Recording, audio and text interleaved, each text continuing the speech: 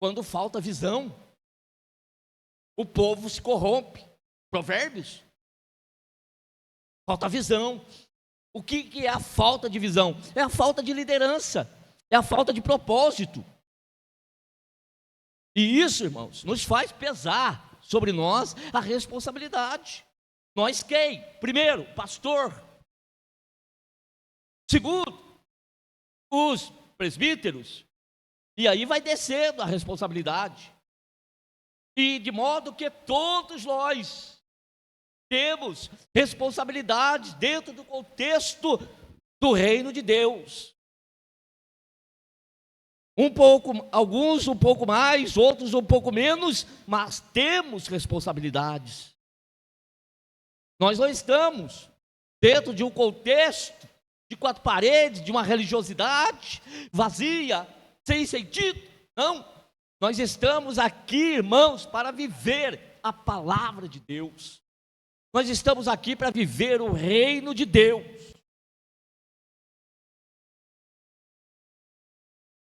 Olha a chamada desse homem. Deus o levanta, Samuel.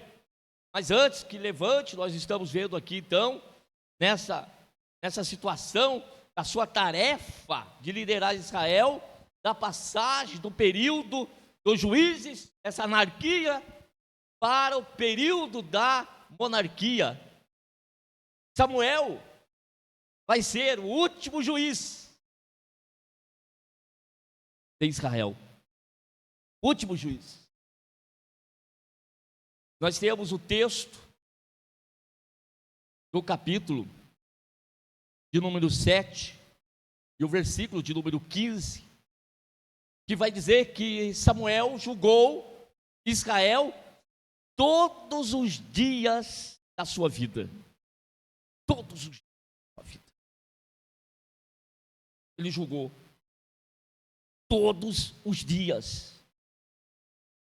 Samuel, imagine, irmãos, a situação caótica que Samuel enfrenta. Desde quando? Desde a idade, da mais tenra idade. Ele já está envolvido com a história de Israel, do que Deus disse para ele que faria no meio do povo. Disse Deus: eu vou fazer algo no meio desse povo, que todos aqueles que ouvirem tinirão ambas as orelhas. É coisa terrível que Deus iria fazer no meio do seu povo. Quem tivesse a oportunidade de ouvir e de saber o que Deus estaria ou estava preparando naquela oportunidade. É o meio do povo. Hoje é diferente? Hoje é diferente, irmãos? Não tem nada diferente.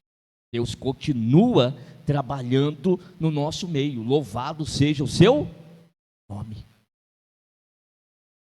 Só que tem uma coisa: o nosso Deus, Ele trabalha com tempo. Tempo é aliado de Deus. Às vezes nós pensamos assim: mas está demorando tanto para ter essa mudança. Mas está demorando tanto para acontecer tal coisa.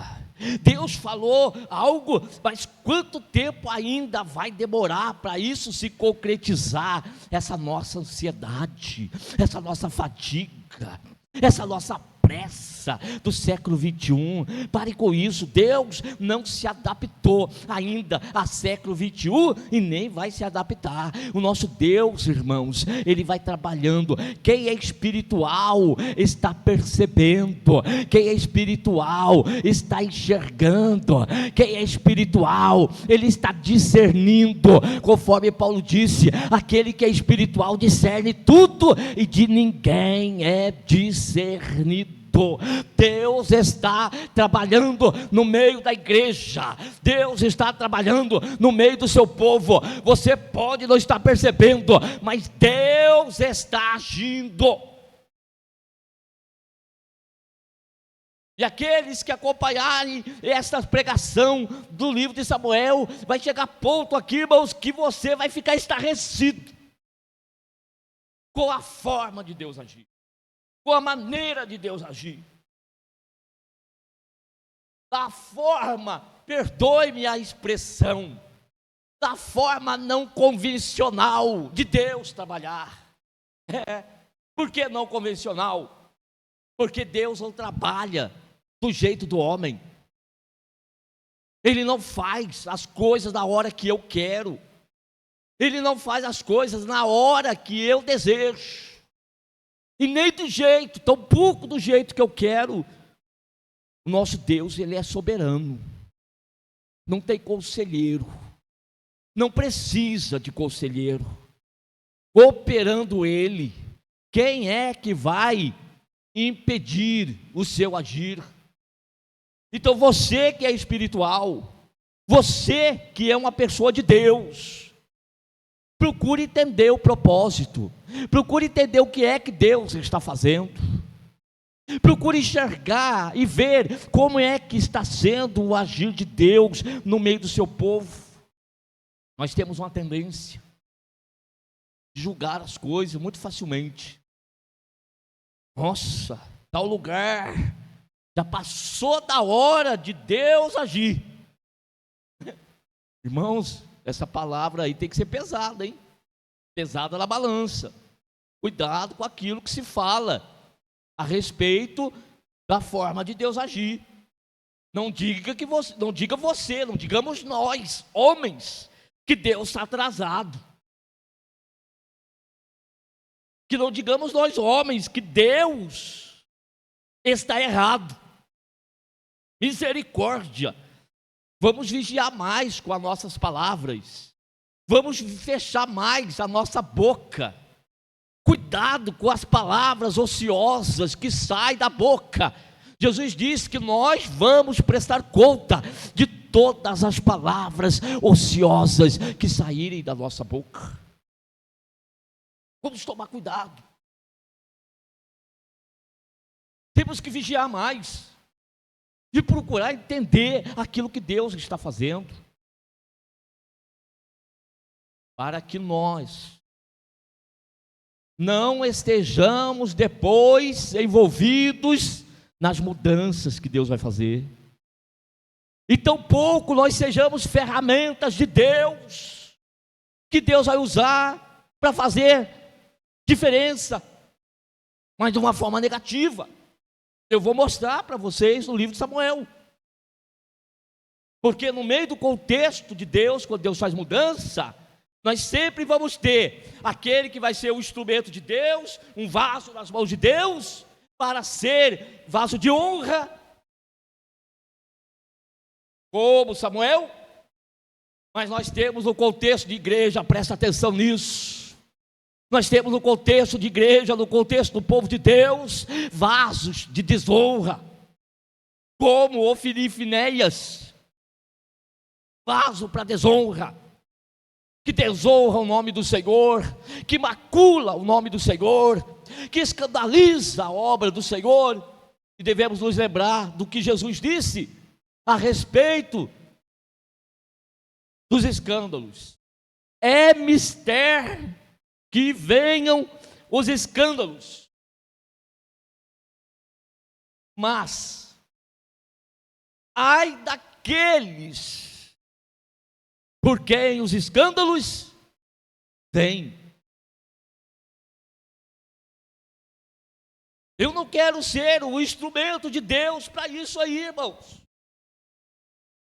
Eu não quero ser esse que vou dar, emprestar o meu ouvido para o diabo, emprestar minha língua para o diabo, emprestar os meus pensamentos para o diabo. Não. Eu quero ser instrumento de Deus. Eu quero ser vaso na mão de Deus. E eu acredito que todos aqui querem ser instrumentos de Deus.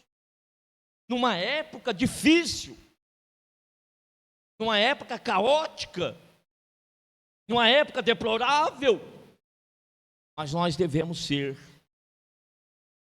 manter, irmãos, a integridade, a identidade. Não vamos nos prostrar diante de deuses estranhos.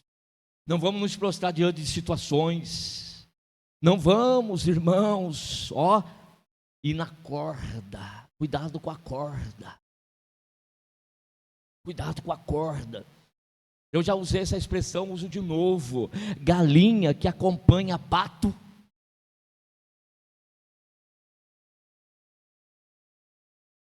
Toma cuidado. Preze pela tua vida espiritual, preze pela tua integridade, pela tua identidade, preze pelo chamado, pela vocação, por aquilo que Deus te deu. Então Samuel, irmãos, tinha uma tarefa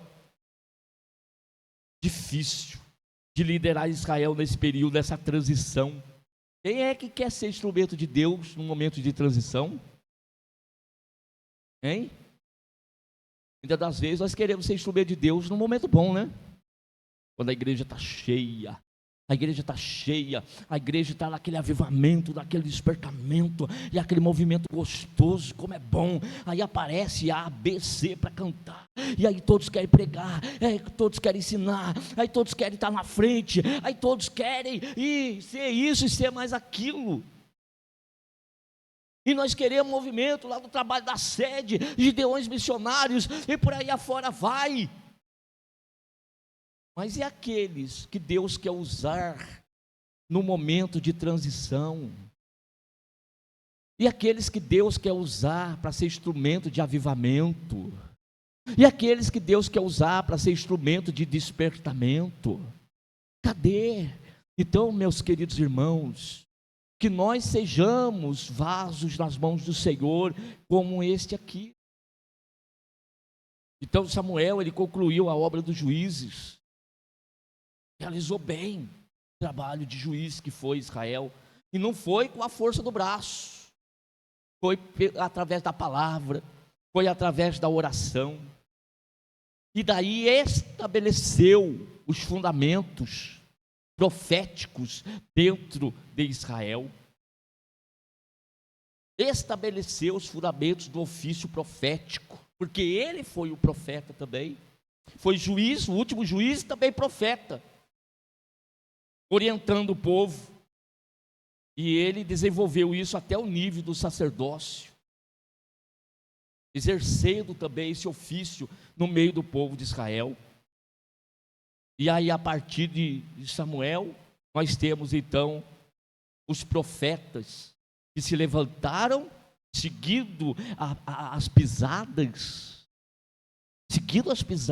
de Samuel, levantaram-se os profetas, e a partir daí, eles então vão fomentar aí a vida espiritual da nação, e vão ser instrumentos de Deus, através dos quais Deus então foi a sua vontade comunicada aos governantes e também ao povo.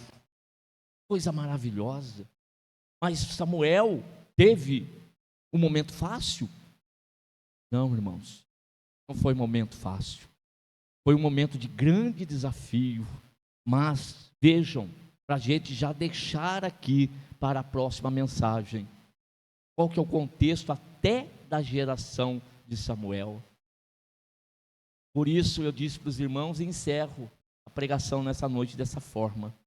Enquanto o povo estava bagunçado, enquanto tudo estava transtornado, enquanto muitos estavam pensando que Deus não estava nem vendo, Deus estava trabalhando aqui nesse capítulo 1, do verso 1 até o verso 8 que nós lemos. Ana estava lá com a sua madre cerrada,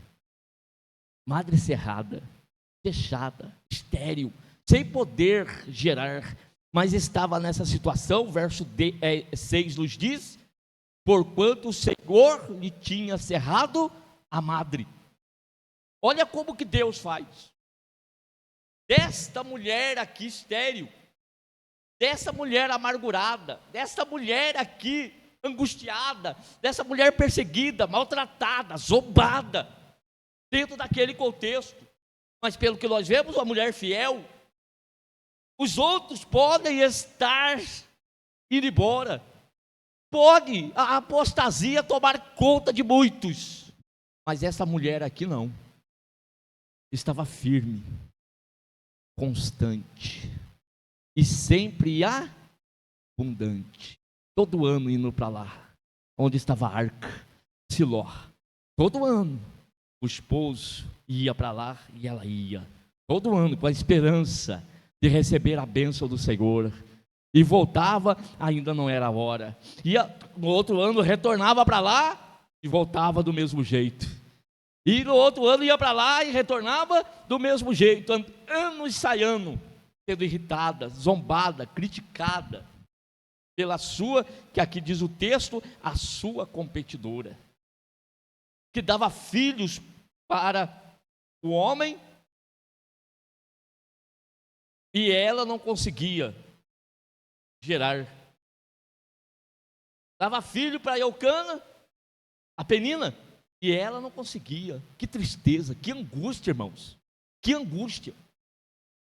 Mas ela estava angustiada, e do jeito que estava, por causa de pecado, porque havia se misturado com a apostasia daquele povo? Não, ela estava nessa situação por causa da obra de Deus, que Deus tinha para fazer através dela.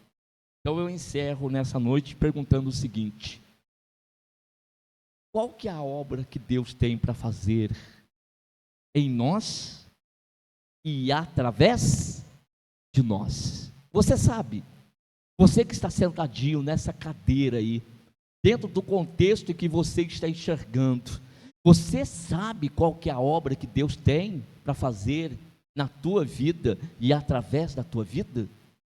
Sabe?